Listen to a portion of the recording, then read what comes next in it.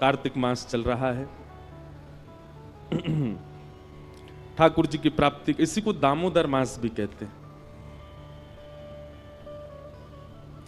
भगवान को उखल से यशोदा मैया ने इसी मास में ही बांधा था, इसीलिए इसको दामोदर मास कहते हैं। दामोदर मतलब दाम कहते हैं रस्सी को, और उदर यानी पेट, जो रस्सी को अपने पेट में अंतर ध्यान करते जा रहे थे, ऐसे भगवान का नाम पड़ गया दामोदर। यशोदा मैया बड़ी करती जाए, रस्सी छोटी होती जाए, इसलिए नाम पड़ गया दामोदर। तो ऐसे ठाकुर जी इस मास में बंधन युक्त होने को तैयार हो जाते हैं। बहुत ध्यान से सुनिएगा। इस मास में ठाकुर जी अपने भक्तों को मानो ऐसा कहते हैं कि आप चाहो तो हमें अपने बंधन में बांध सकते हो। व्रत करो, नियम करो, प्रातःकाल उठ करके ब्रह्मचर्य का पालन करो, मंगला आरती करो, स्नान आदि करके पाठ पूजा नियम करो, अपने आप को श्रेष्ठ बना करके अगर आप अपने प्रेम पाश में हमें बांधना चाहते हो तो साल भर में कार्तिक मास ऐसा मास है जिसमें आप ठाकुर जी को अपने प्रेम पाश में बांध सकते हो।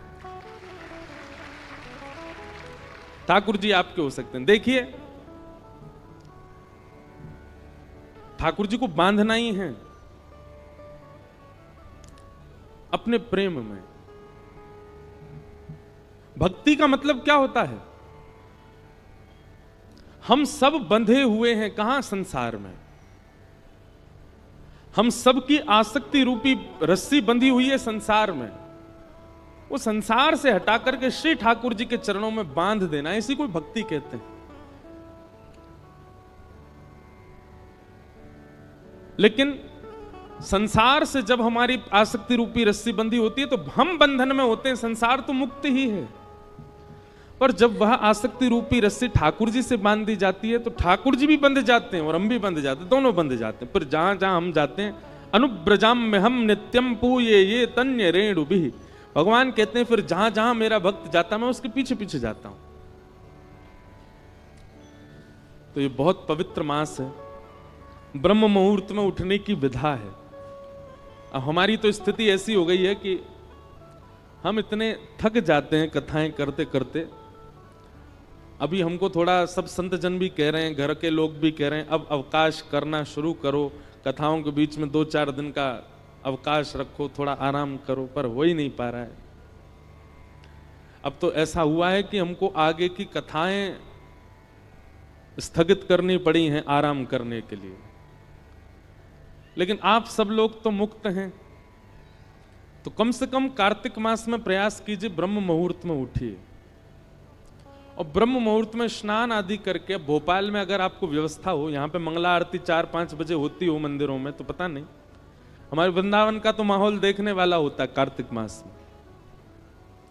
सुबह से ही सब ब्रजवासी और दर्शनार्थी और आगंतुक जितने भी लोग होते हैं वे सब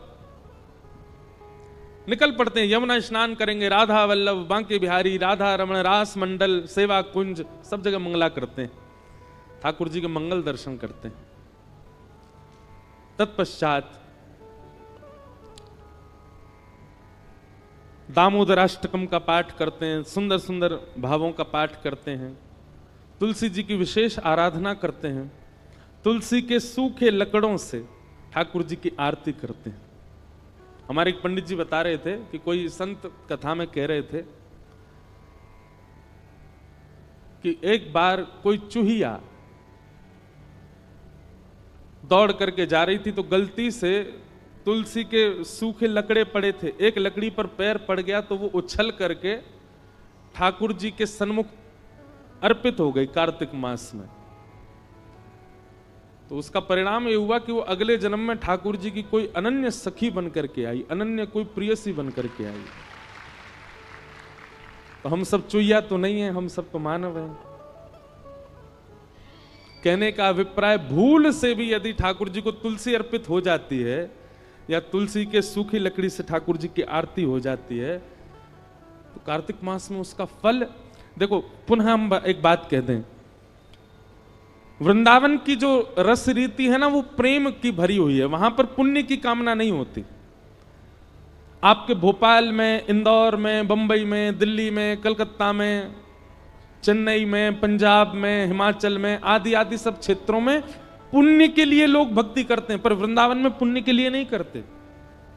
वृंदावन में पुण्य की कामना नहीं होती है। वृंदावन में तो श्री कृष्ण चाहिए बस, और वो कृष्ण प्रसन्न रहे बस, ये कामना होती है। वहां पुण्य की कामना से कोई भजन नहीं करता। वृंदावन रस रीति अगर भाव आएगा तो कहूंगा इस कथा में। कार्तिक मास का आप सब लोग पालन करो। श्रीमद् भागवत जी का महात्मा हमने कल सुना। अब प्रथम स्कंद से कथा का प्रारंभ करते हैं।